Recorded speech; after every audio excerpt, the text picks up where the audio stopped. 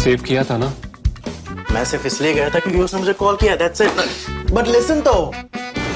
Save it for someone else.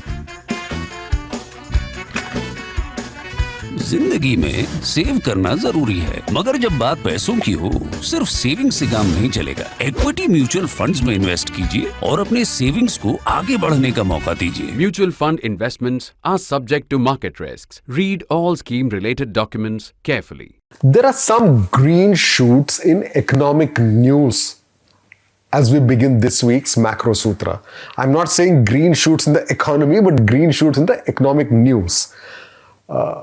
US inflation numbers have come in, and US inflation for July has fallen to 8.5% from 9.5% in June. So there is some cheer around the world that maybe inflation is going to reduce further in the US. That's good news for interest rates. That's good news for the rest of the world. So the markets have been very jubilant on Thursday as we record this. And then there is some other news about the central government releasing, that's our own central government, releasing 1.6 lakh crore rupees to boost the spending and capex of states. Because the states have been asking for more money to be able to spend because their revenues have not been as good as they should be. And the center is going out of its way to give them more money, at least for the time being. At a time like this, we want to talk about the fiscal situation of some states, specifically the states that are struggling. If you might remember, last week we had talked about the fiscal situation of the country, the fiscal deficit numbers, after what data showed about the first quarter. That is the April, May, June quarter. We take that conversation further and talk about what is happening in the states and what some states which are really struggling need to do. Hello and welcome to Macro Sutra. I am YP Rajesh, managing editor at ThePrint, and I have economist Radhika Pandey with me from the National Institute of Public Finance and Policy. Hi Radhika. This is a continuation of our conversation from last week. Last week we spoke about what happened, what data showed for the first quarter for the whole country, the fiscal numbers. And this week we're looking at some states. And if you remember, we did a similar conversation on inflation number for states, and that was very insightful because, again, a national number is one thing, a state level number is different. Here again, why do we need to look at fiscal situation of individual states? What is the significance of that? So we normally look at the fiscal deficit of central government and the debt of central government. But when we talk about the country's fiscal position as a whole, and when we talk about the debt position of the country, we talk about something called the general government debt. And when you talk about general government debt, it includes both the central as well as states. So it's not just sufficient to talk about central government finances. It's equally important to look at states' finances and what's happening there, particularly after the GST compensation regime has ended for now. So what is happening to states, particularly for those states who have been in the past, say for the last 2-3 years struggling, what is the outlook on those states? Because when we talk about foreign investors coming into the country, they are looking at the country's debt position. Normally, India has this problem of very high debt levels. Particularly during the pandemic, it rose to almost 90% of GDP. So that's not just the central government, that is central government as well as the state government. Similarly, when we talk about our Fiscal Responsibility and Budget Management Act, when we talk about the FRBM legislation, we have targets for both the central government as well as the general government. So it's equally important to talk about the fiscal numbers and the fiscal health of states. So we have picked 3 states, and that is based on the data we have for the first quarter and the immediate past. And let us also provide a caveat there that things have been tough for the many states in the last 2-3 years, especially because of the pandemic. Revenue generation was quite impossible for a lot of states, but the more industrialized and developed states have sort of managed to get across that hurdle, but some states have not. And the first state on our list is Bihar. Bihar, we talked about partly last week also, where we said it's among the states which is really struggling with its fiscal deficit, with its capex, with its revenue generation. You have tackled 3 states, Bihar, Rajasthan, Punjab and Rajasthan, and first comes Bihar. So what is the situation in Bihar that is so alarming? So normally we look at a couple of metrics to assess the fiscal health of states. Normally we look at the fiscal deficit and the debt of each state.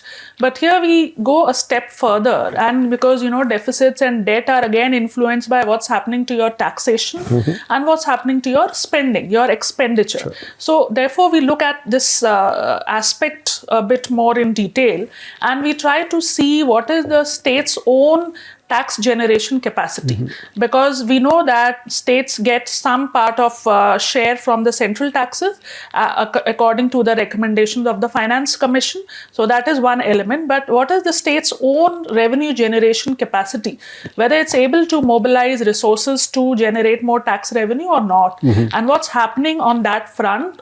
Not just for the pandemic year.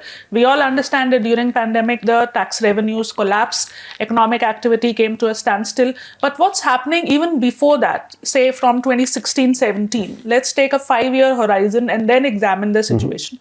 And there if we see, then Bihar is one state whose share of own tax revenues is very small, is the lowest amongst the major states as a share of the total revenue of the states. So in other words, it depends heavily on central government transfers. And when we say central government transfer, it means the share of central government taxes and some kind of grants, the grants and aids that it gets from the central government. So it's very important for the state to generate its own revenue capacity, and that should increase over time. But for Bihar, we are seeing that has been declining, and it's just around 20-21%. So it's only 20 to 21% of the entire revenue base of the state is coming from its own tax revenues. Within the state. Yeah. So whereas if we look at some states like Maharashtra or even Haryana has 78% of its total revenues coming from its own taxes.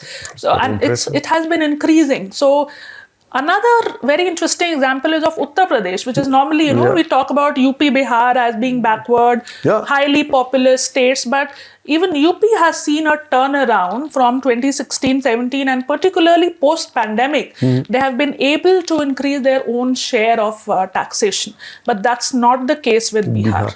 In fact, the list of states you have mentioned in your column, Radhika, the column link will be in the notes of the show for those of our viewers who want to read it. But I'm going to quote from the column where you say, states like Maharashtra, Gujarat, Tamil Nadu, Telangana, Karnataka and Haryana generate more than 50% of their revenues through their own taxes. And Uttar Pradesh has seen a turnaround in its own tax revenues with more than 10% jump in the share in the last 2 years. So if you want to put your finger on something Bihar is not doing right, see, I mean, I know people may want to talk about Bihar with, in the context of what has happened there politically. We are not going into the politics. Bihar has been ruled by X and Y and Z over the last 5, 10, 15, 20 years. So that is not our mandate. Our mandate is economics. Our mandate is data. And in that, if you can put your finger and find out or say, what is it that Bihar has not done right so far in overall these years, whoever has been in power or not in power? One thing that they have not been able to do is to control their deficits, and that is the reason that their own tax revenue is not rising, and hence their deficits are rising.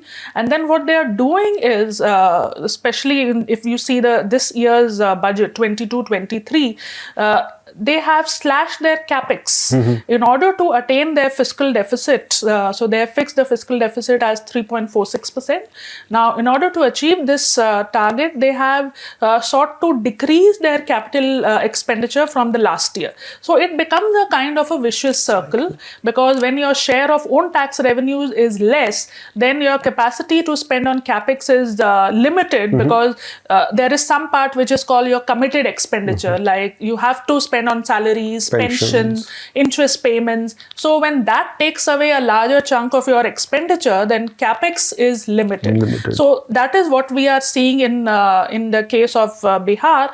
The other problem with Bihar that we are seeing consistently over the last 2 years is that there is a very wide deviation between their budget and their budgeted targets and what they actually achieve. So now even for central government and for states also, we do see variation, what the budget targets and what they achieve, there is a difference. But in case of Bihar, for the last year particularly, 21-22, they had targeted around 3% of their GSDP as fiscal deficit, but they ended up at 11%. So that shows that they need to work on their expenditure planning.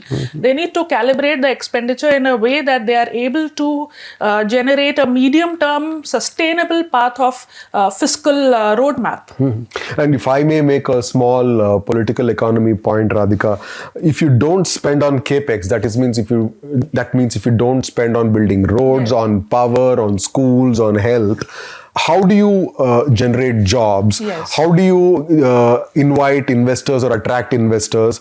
How do you increase your productivity, as in how do you increase your GSDP? Yes. So it's again, like you said, it's a vicious cycle. And unfortunately, people end up leaving the state to look for jobs elsewhere, and the state remains where it is. Yeah, and historically it has been such a significant state. It has been an educational hub. And now we see that, particularly after the bifurcation of Bihar and Jharkhand, we see that most of the industries have moved towards Jharkhand. So Bihar needs to really work on recalibrating its revenue, think of how to enhance its agricultural productivity, its taxation, ease of doing business, infrastructure, so that businesses are incentivized to set up, and that would lead to tax generation. As you said, unless you have capex, there won't be future stream of income generation.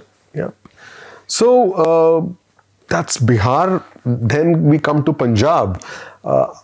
I'm sure a lot of people in Punjab would not like their state to be clubbed with Bihar, but that's the truth when it comes to data and economics. When we were in school, we learned that Punjab is the bread basket of the country, the granary of the country. And today, Punjab is among the financial laggards in the country. How did it happen? So, as you rightly pointed out, Punjab was the bread basket. It was one of the richest states in terms of per capita income. But over the years, years of agricultural stagnation, particularly after the first wave of Green Revolution, we saw faulty agri policies, not emphasizing on crop diversification, not spending too much on, again, capex, and mostly focusing on providing subsidies and free power to farmers.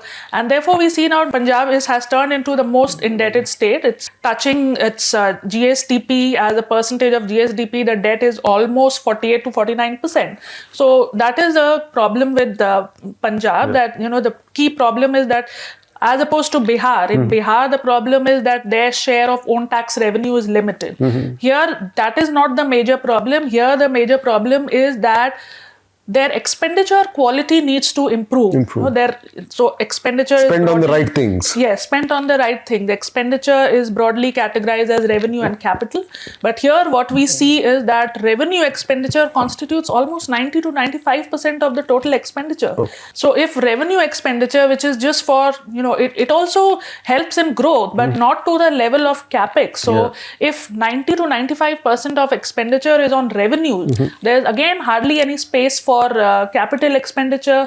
There's hardly any space for building roads, railways, bridges, education, health, and that is what we see as the problem in Punjab, and it has turned as the most highly indebted state, and it is coming into a situation of debt trap, because it has to then spend more on interest payments to repay its debt. So that's the vicious circle again. Your column, you mentioned, Radhika, that in this year's budget, Punjab has allocated 6,947 crore. That's almost 7,000 crore rupees towards providing free power to farmers. And on the other hand, their expenditure on education, health, roads and bridges has been lower than the average expenditure by states. This is not what you expect of a developed or a state which earns enough to spend on. Obviously, their priorities have not been... Priorities, yes. So, Correct. In Punjab, they are spending a lot on power. Yeah. And so, it's for Punjab, it's rightly said that if you don't give power, you are out of power. So, you are spending too much on power and on power subsidies. Now, the new government has promised to give 300 units of free electricity to households. Yeah. In fact, they have now tweaked the rules to provide even more free power. So, free power to households, power subsidies to farmers. So, just to get a perspective of numbers, if around 7,000 crores is spent by Punjab on providing free power, and on the other hand, just 1,000 crore is spent on building roads. So that's the kind of chasm that we are seeing in Punjab. Yeah. And there's a very nice analysis done on how much Punjab is spending in comparison to the average expenditure by other states. And there we see that on capex and as well as on education and other social sectors, we see that because so much of expenditure goes towards this committed expenditure and then towards non-committed expenditure like power, very little is left to generate capex. And that is the PRS legislative study you're talking about. Yes, PRS legislative study. It's a very useful document. It gives budget summary for all states. So it's very useful to go through those. And the other important document is the CAG audit report. So CAG does the audit on state finances of all states. So it's a bit of a dated report because it provides you the perspective till last year, but it helps you get a overview of the last 5 years and what's the problem. And they also ask the state finance officials on what is the problem, and then they provide their answers. So the CAG has also expressed concern around Punjab that they are spending a lot on committed expenditure and subsidies. And the state government officials have acknowledged that yes, our policies are such that we are favoring debt waivers and we are favoring power subsidy to farmers. And that is why the share of expenditure on capital is limited. The link to that study is in Radhika's column. Please do read that. Last for this episode is Rajasthan. And high debt levels, very high debt levels, low share of capital expenditure. And again, Rajasthan has its own peculiar problems. I mean, it is not such an agricultural state. Industries are there in some parts of Rajasthan. So what are they not getting right? So again, like Punjab, in Rajasthan also, they are also highly indebted. So if we rank the states on the basis of their debt to GSDP ratio of the general category states, leave aside the hilly region states, those have their own problems. So if we look at the general category states, Punjab is number 1 on the list. And then we have Rajasthan. So in Rajasthan also, the debt to GSDP ratio is touching almost 40%. Wow. And there has been this analysis which is called the debt sustainability analysis. It's a forward-looking analysis of the next 5 to 10 years, what's going to happen to the profile of debts of these states. And there also it is seen that we don't expect a very significant reduction in the debt to GSDP ratio of Rajasthan. The main problem, and particularly for Rajasthan, it's very useful to look at the Finance Commission report. So the Finance Commission, the 15th Finance Commission report, volume 4 is dedicated to states. Okay, so there are sections on each state. They provide a glimpse of the FRBM compliance and what's happening to expenditure and taxation. So what we see particularly for Rajasthan is that expenditures are increasing at a much faster pace as compared to revenue generation, and therefore the deficit of Rajasthan has been expanding. And again, the problem that we saw in case of Bihar, that there's a difference between what they budget and what they actually achieve. That same kind of problem is also seen in case of Rajasthan, that there is a wide variation in what is budgeted and what is actually achieved. So that's the key problem, and that is resulting in higher debt levels in Rajasthan. As you rightly pointed out, there are some industries like tourism, minerals, gems and jewelry, but they need to be provided the right kind of atmosphere. And again, infra spending, capex spending has to be increased. But Encouragingly for Rajasthan, what we see is for 2022-23, they have increased their capex. Okay.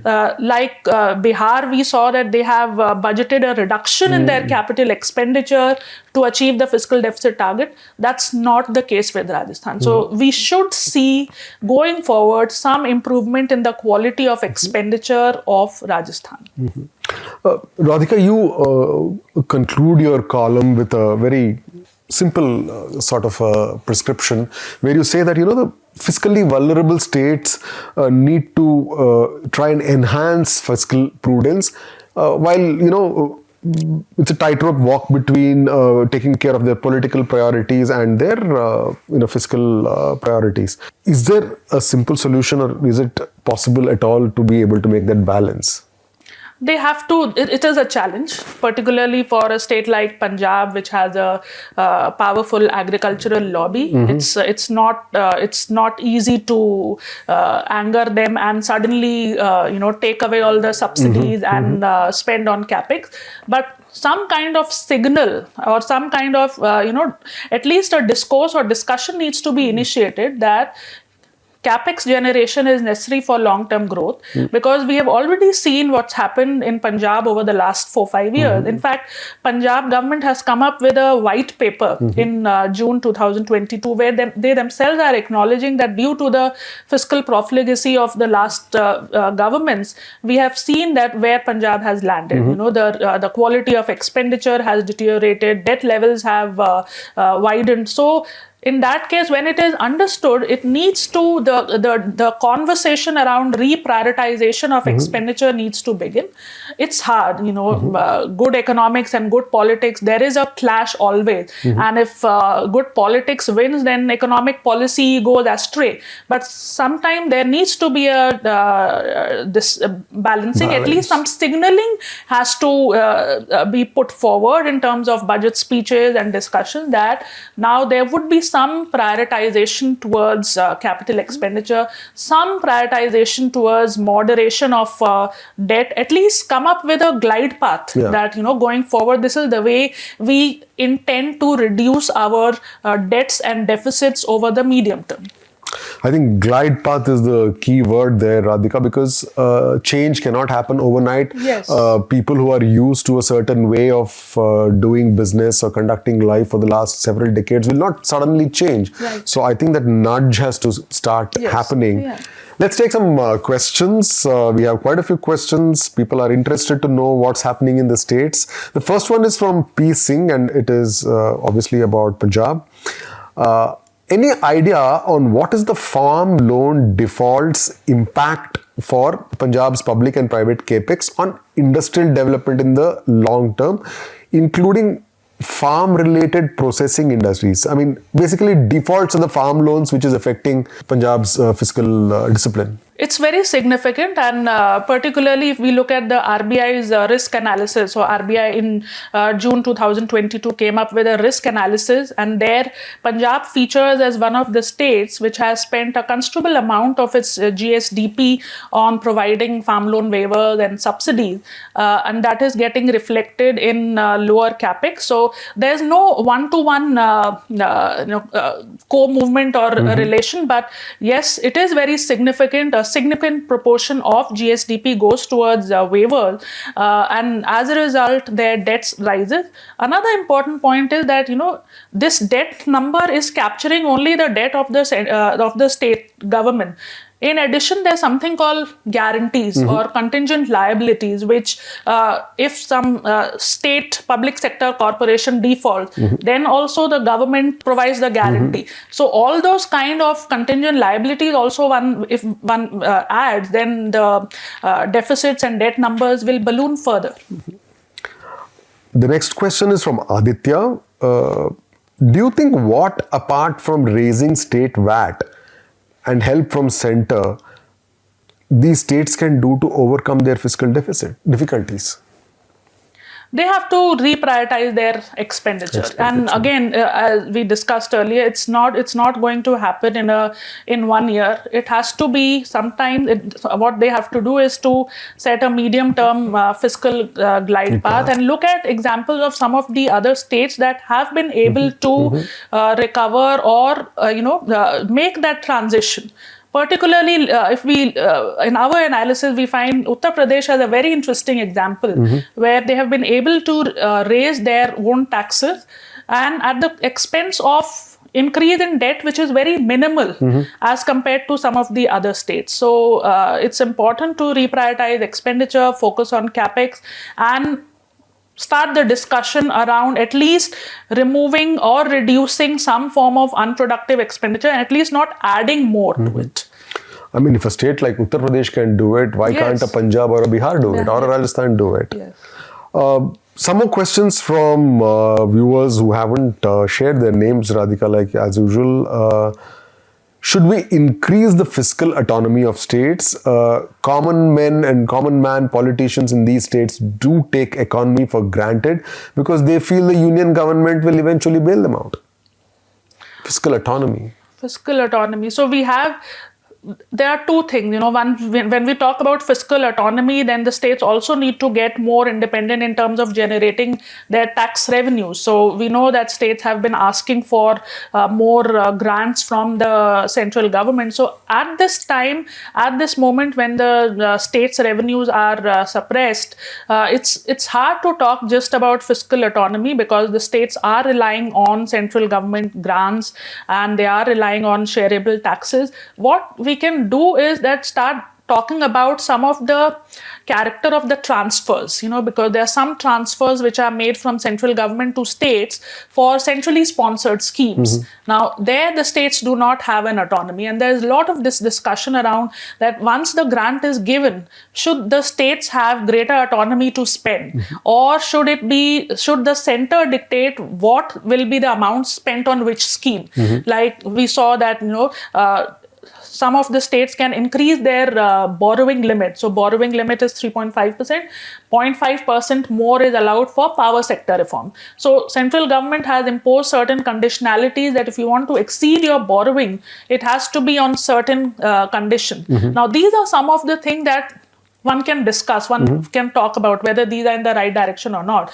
But at the moment, I think they are in the right direction because to nudge states to improve power sector reforms or to move towards one nation, one ration card, I think some of these developments really help, and they have helped states in enhancing their borrowings. Okay. I think we have time for one or two last questions, Radhika. Do you think, just like the center has a budget Management Responsibility Act, states like Punjab, Rajasthan, Bihar also need something on the same lines?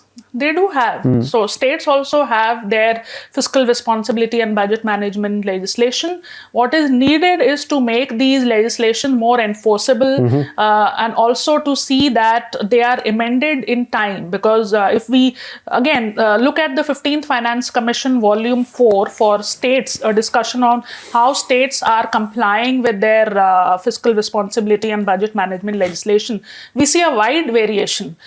For example, for Rajasthan, for the target is 3%. According to the fiscal responsibility and budget management legislation, the target is 3%. This is, I'm talking before the COVID, it is 3%. But for some states, they have deviated to 9% or 6%. So fiscal responsibility legislation is also there for states, which prescribe the deficit target as well as the debt target. What needs to be done is to make these targets more enforceable. And if there is a deviation, then what needs to be done? What are the conditions for deviation? Those are the things that need to be talked about. Same is the case for central government. Like they have also deviated post the pandemic, but the legislation has not been amended. So there is a need for serious reform on FRBM legislation, both at the central government and at the state level. Last question, Radhika. Do you think states like Andhra Pradesh, Chhattisgarh, Madhya Pradesh and West Bengal could be in this list we have talked about of Bihar, Punjab, Rajasthan, or are they better placed? So if we look at the RBI's paper, some of these, for example, West Bengal is already there in the 5 most critically fiscally vulnerable states. And there is a potential that they can also fall into this category, because we are looking at some of the highly indebted states. We are looking at states whose debt and deficits are higher and whose own share of tax revenues are not too great. But these states can also fall into that trap, particularly for Chhattisgarh and Telangana. They have also been spending a lot on subsidies. So if that happens, then it will their finances would also get disturbed. And they could also become part of the most fiscally vulnerable states. Thank you, Radhika, and thanks to our viewers for watching this special episode of Macro Sutra, where we focused on 3 states. We don't have anything particularly against these states. It's just that these states are among the laggards when it comes to fiscal prudence. Hopefully they will not figure in this list going forward, and will learn from the various experts and expert commentaries. Thanks for watching. We will be back next week with another episode of Macro Sutra, and in the meanwhile, please allow ThePrint and my colleagues and Radhika and on all their behalf to wish you a very happy Independence Day on the 15th of August, that is Monday. It's a very special Independence Day because we complete 75 years of being an independent country, and our warm wishes to all of you and your families. Thank you very much.